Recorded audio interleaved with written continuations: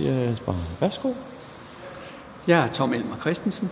Jeg kommer fra Danske Havne. Danske Havne har organiseret alle erhvervshavnene i Danmark. Og når vi godt vil være medlem her, så er det fordi, vi prøver selvfølgelig selv på havnene at gøre en hel del omkring miljø og omkring bæredygtighed osv. Men det er relativt begrænset, hvad en havneadministration i sig selv kan gøre. Men vi vil gerne gøre rigtig meget for at få mere gods ud og sejle, eller få det ud og køre på tog, eller sikre, at transporterne bliver mere bæredygtige.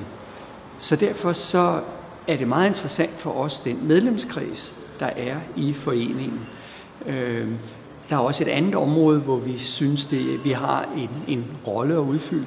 Det er, at der flytter flere og flere virksomheder til havnene, så kan de udnytte og få større råstofmængder ind til deres produktion eller deres produkter ud på en fornuftig måde via søen.